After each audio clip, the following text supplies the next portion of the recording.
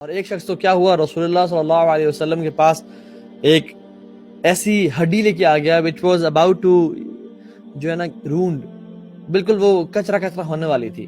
and he thought about it well. He thought that he has reached enlightenment and nirvana and ecstasy of his and the pinnacle of his intellectual approach. And سبحان اللہ، اللہ کے نبی کے سامنے کہ جیسے میں یہ مثال دوں گا تو everybody will be like یہ تم نے کیا بات کی، this is the point، اور سب حیران پریشان ہو جائیں گے. اللہ سبحانہ وتعالیٰ نے جبریل علیہ السلام کو نازل کر دیا کچھ آیات کے ساتھ اور کہا وَضَرَبَ لَنَا مَثَلًا، یہ ہمیں کی مثالیں بیان کرتا ہے. وَنَسِيَ خَلْقَهُ، اور اپنی تخلیق کو بھول گیا. قَالَ مَنْ يُحْيِي الْعِظَامَ وَهِيَ رَمِيمٌ، اور کہتا ہے کہ اس ہڈی کو کون کھڑا کرے گا جب یہ بالکل بوسیدہ ہو جائے گی اور کچرا کچرا ہو جائے گی. قُلْ يُحْيِيهَا الَّذِي أَنشَأَهَا أَوَّلَ مَرَّةٍ، وہ ذات، وہ ہستی، وہ رب کھڑا کرے گا اس کو قیامت کے دن جس نے اس کو سب سے پہلے کھڑا کیا تھا جب یہ کچھ بھی نہیں تھا.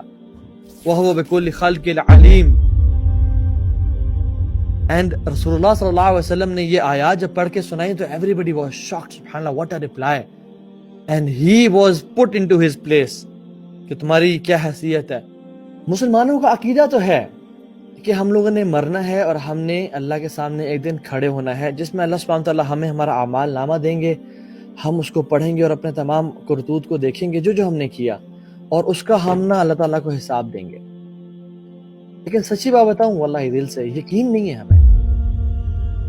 ہمارا عقیدہ تو ہے لیکن ہمارا ایمان نہیں ہے اس پہ، ہمارا یقین نہیں ہے اس پہ. yes we believe that we are gonna die one day، لیکن یقین جانے اگر ہمارا یقین ہوتا، اگر ہم اس پہ ایمان لاتے اور ہمارا اس پہ ایسے یقین ہوتا جیسے میرا یقین ہے کہ میں آفس جاؤں گا تو مجھے سیلری ملے گی، یا میں کھانا کھاؤں گا تو میرا پیٹ بھرے گا، اس لیے I eat to fulfill my stomach، اس لیے I go to office to get my salary، اس لیے I take a shower to feel clean، اس لیے I brush my teeth to feel that smoothness اور ایک fresh breath کے لیے. ٹھیک ہے، لیکن the point is کہ ہمارا جو آخرت کا معاملے میں جو مسئلہ ہے نا وہ یہ ہے کہ ہمیں یقین نہیں ہے اس کا.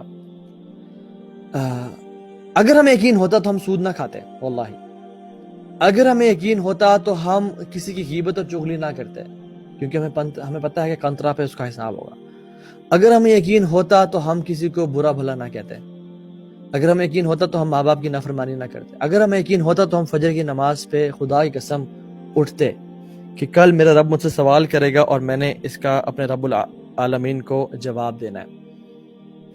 ہمیں یقین نہیں ہے اس بات کا، صحیح بات بتا رہا ہوں میں. ہمارے اعمال نظر نہیں آتے. ہم اگر آپ اپنے مال میں چلے جائیں، سینٹورس چلے جائیں جو ہمارا مال صفا گوڈ مال ہے، ڈفرینٹ آپ مارکیٹ پلیسز میں چلے جائیں، یونیورسٹیز میں چلے جائیں، you see people behaving like they are not going to die and they don't have to give a حساب ون ڈے. منہ سے ایسے گالی نکلتی ہے، ایسے نشوں میں پڑے، ایسے گناہ ایزیلی کر لیتے ہیں ہم لوگ کہ جیسے ہم نے نہیں مرنا، اللہ کے سامنے کھڑا نہیں ہونا. اب یہ موقع ہے، اس سے پہلے کہ موت آ جائے اور ہماری وہ رات قبر میں ہو، یہ اعمال کر لیں اور اللہ کی محبت کو اس دنیا میں پالیں.